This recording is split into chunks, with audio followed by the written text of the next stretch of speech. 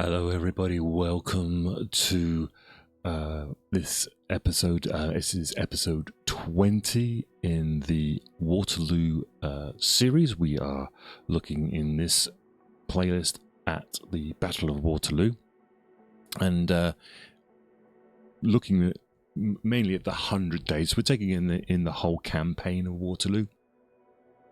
And if you've been following the series, thank you very much. We've got to the stage where Napoleon has reached Paris, and here we are. We're above France right now, looking down on Paris, and this is where Napoleon got to on the 20th of March 1815. For all of you people who are new to the channel, good to see you. How this works is we use Microsoft Flight Simulator to fly around looking at bits of history, and you guys are on the right, the left-hand side.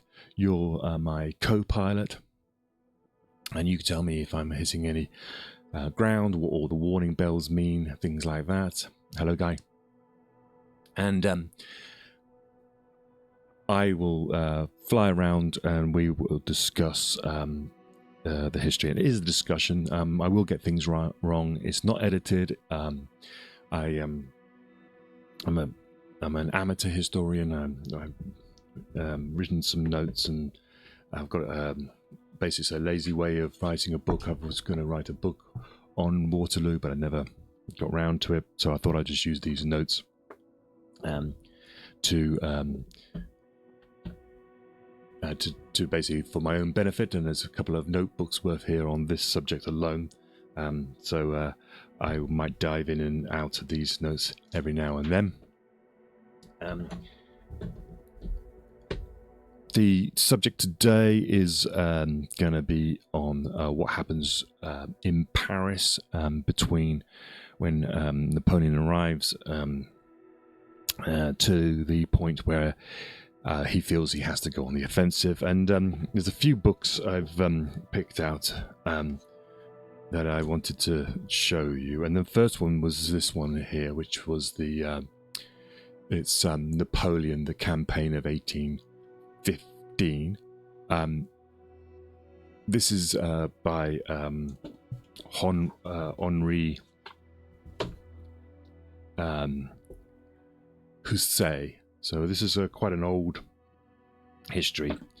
Henri Houssaye, I believe, wrote this a few years after the battle. Let me just check out what years they were, because this is a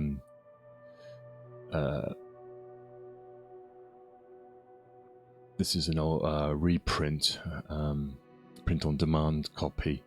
I believe he wrote these in around about late 19th century.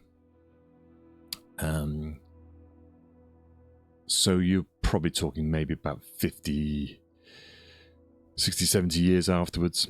But what's interesting about this copy that I've got, this is he discusses the situation quite well of France when Napoleon comes back into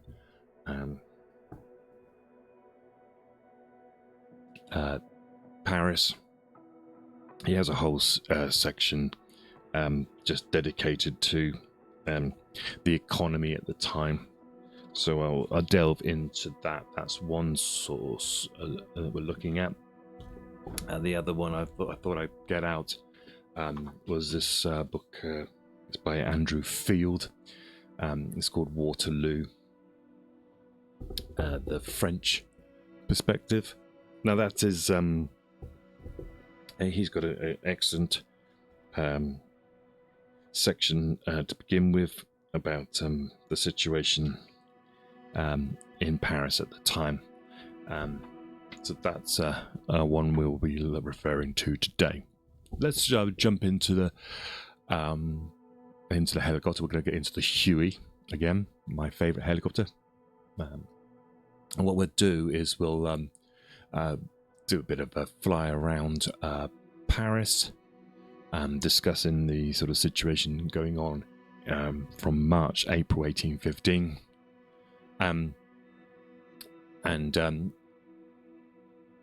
We'll see where we get to, and at the end, I think I'll.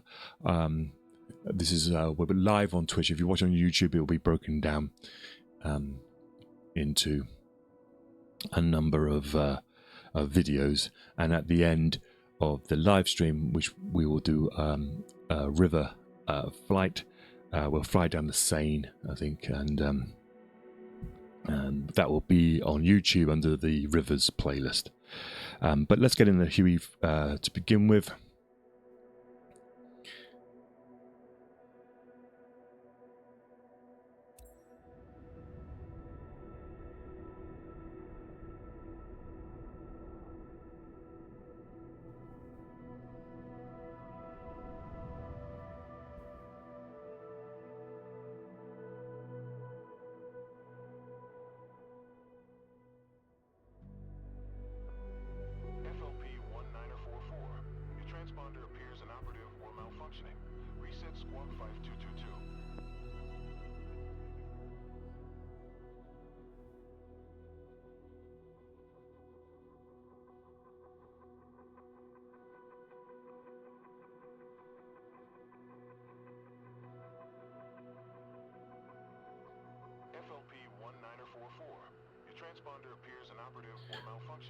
Okay, ATC, we don't need you.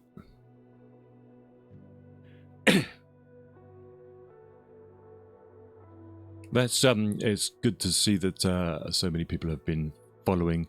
We've got about 72 followers on Twitch, and about 22 followers on YouTube. It's great to see people popping in. I hope you're finding this kind of interesting. We are never going to be editing these things, so it's always going to be live. So if you want to jump in on Twitch right now, or on the Microsoft Flight Simulator, you'll find me on the European West server. And we've begun, and we're currently, I believe, we're here at the Palace of Versailles. I just thought we'd come in and have a look at the Palace of Versailles, which is on the western side of Paris.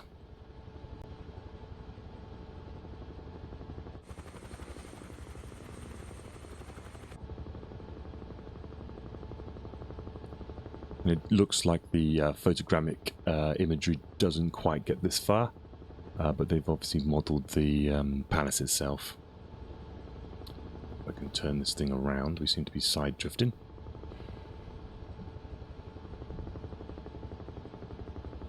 The palace doesn't look particularly well made.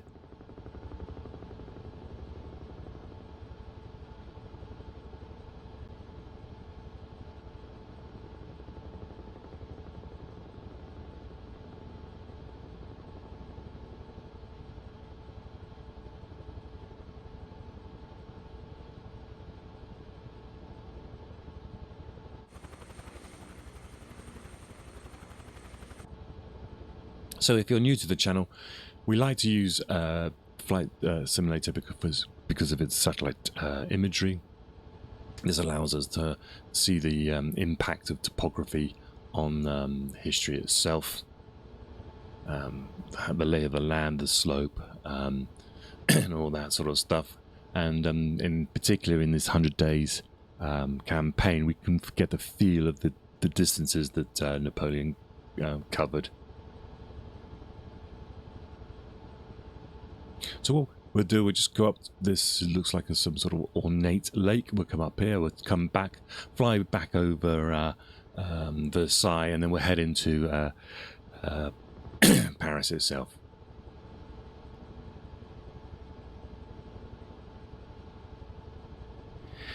So when we left last time, we were talking about how Napoleon has been swept up the Palace Des Tuileries in central Palace, which is no longer there. I think it was burnt down. It was it's part I think part of the palace, the Louvre Museum. Used to be part of it, but now there's just sort of a parkland.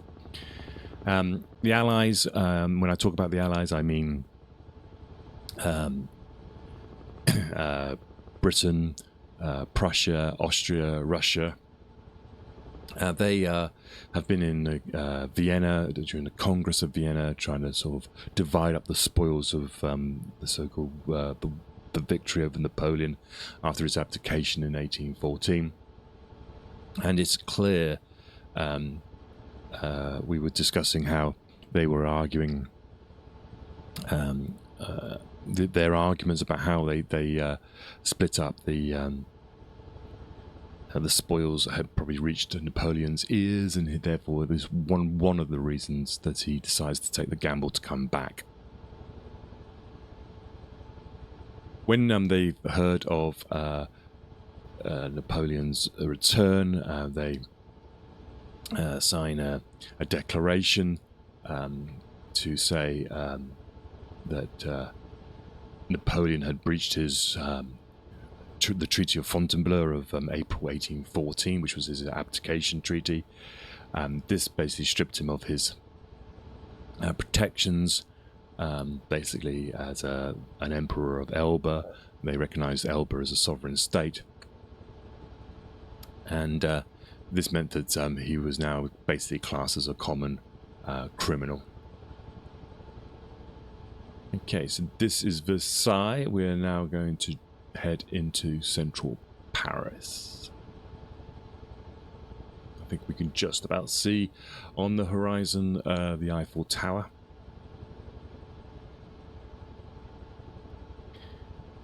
Castlereagh was the Prime Minister of Britain at the time. He is in correspondence. There's letters to and fro from him in Wellington.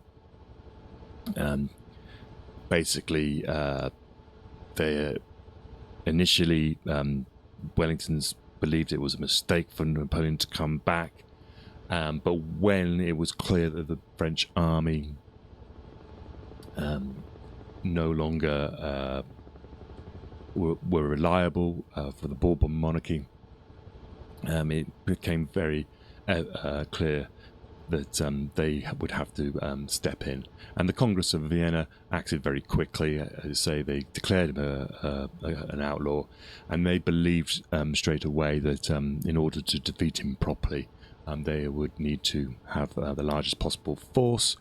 That meant the armies of Austria, Russia, Prussia, and Britain. I say Britain, but the British Army had elements of Belgians and Brunswicks and Dutch, but they would have to coordinate together. The Prussian army and the British army were already in Belgium, and so it was kind of important that they could try and coordinate their actions together. But it did mean that the Austrian and the Russian army wouldn't be able to get to France probably no sooner than July 1815, so that it meant that Wellington, who wanted to protect his supply route, which was via Antwerp, and Blucher, who wanted to protect his supply route, which is going back through Namur, countermonted their armies to the south of Brussels. Let's have a look at show you the map, and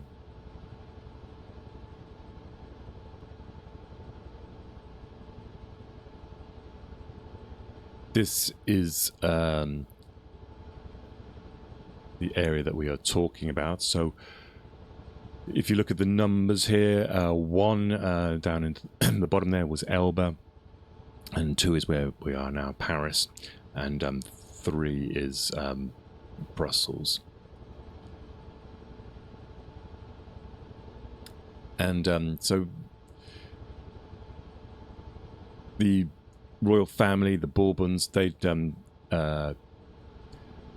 retired here to Lille, and then they had moved to Ghent, and Wellington was recalled from Vienna back to Brussels to take charge of the British Army, and he gives the British Army the kind of south to southwest area between Brussels and Mons is his area where he cantonments his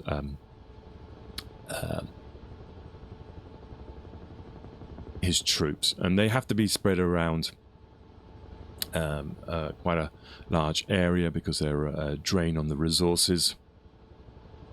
This looks like the Parc de Palais, is it? Nice stadium there. And so they have spread over a wide area. And the same with the Prussians. They're more to the sort of southwest. Their supply route goes back towards Liège, back towards what we call modern Germany. And the British are trying to have their main port of supplies coming through Antwerp. So Wellington has always been a cautious kind of guy. Sometimes he would always rather just retreat back to his to an area that he can easily control. And he might have wanted to go further back, but he didn't want to lose Brussels, so it meant that he had to was forced to defend place his armies between Brussels and the French border. Let's and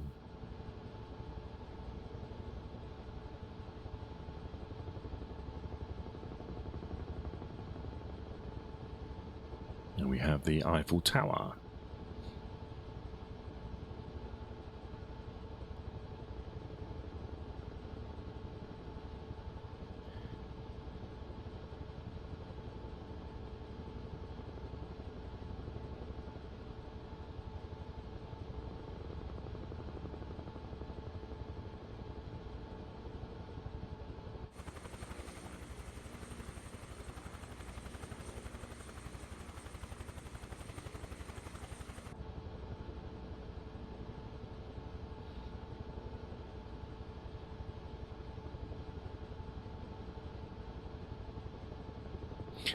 A lot of discussion was we were talking about last time in the previous episode. We were talking about the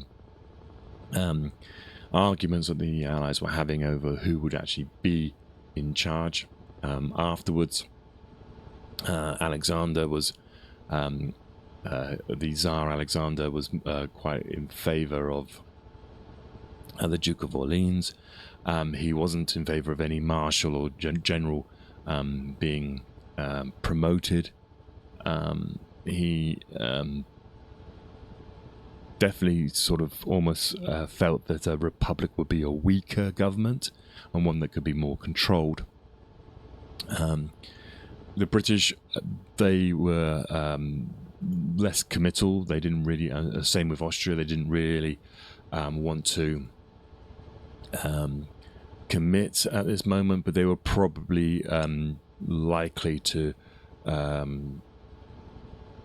side with a restoration of the Bourbon monarchy again, and that was probably because they don't want if they start messing around with lines of accession, then you're calling into question your own monarchy, and so it's simpler just to say, look, this, if you say to the French people, well, you can change your king, then what does it say to the British people. It says the same thing, that you can change your king, and they don't really want that. So that's why they don't want to be messing around with lines of a session. And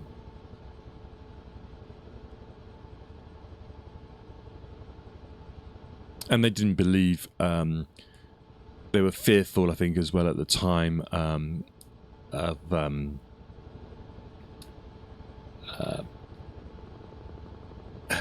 They were fearful of the time at the time that the Duke of Orleans, who was a potential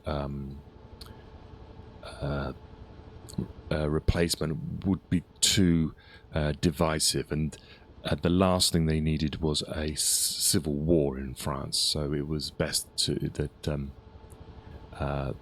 they could go with something which would not instigate a civil war. So these are the concerns that they've already got.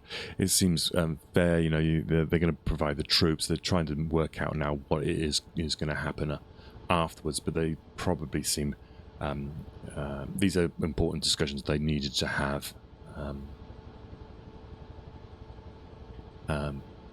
prior to going into battle with Napoleon.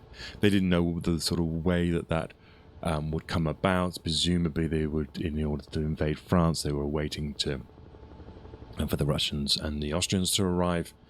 So Wellington is his primary concern is making sure to stop Napoleon if he could, if he goes on the offensive. But that wasn't sure right now, because Napoleon himself needed to buy time, and this is when we get to the situation of the armies and the actual state of France at the time. This looks like Montmartre.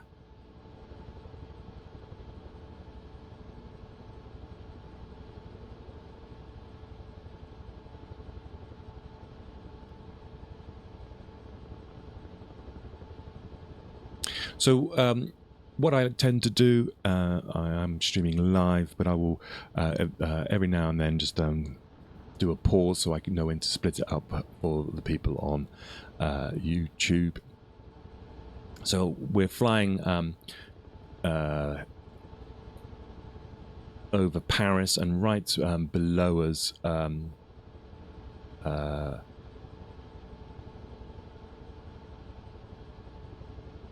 now is the Louvre, which is just here, and this was, I believe, part of the Palace Des Tuileries. This is where Napoleon arrived on the 20th of March. This is the royal palace in the center of Paris, and you can see this parkland just here. The more like gardens, I suppose. I don't think there's this many trees, but this was the actual palace. It actually ran around the outside of these courtyards, but it was burnt down, I think, in the revolution of in the 1860s. But this is where Napoleon got to. So let's take a quick break. I'm going to get a glass of water, and when we come back, we'll start discussing the economic situation that faced Napoleon in March 1850. So I'll see you in a moment.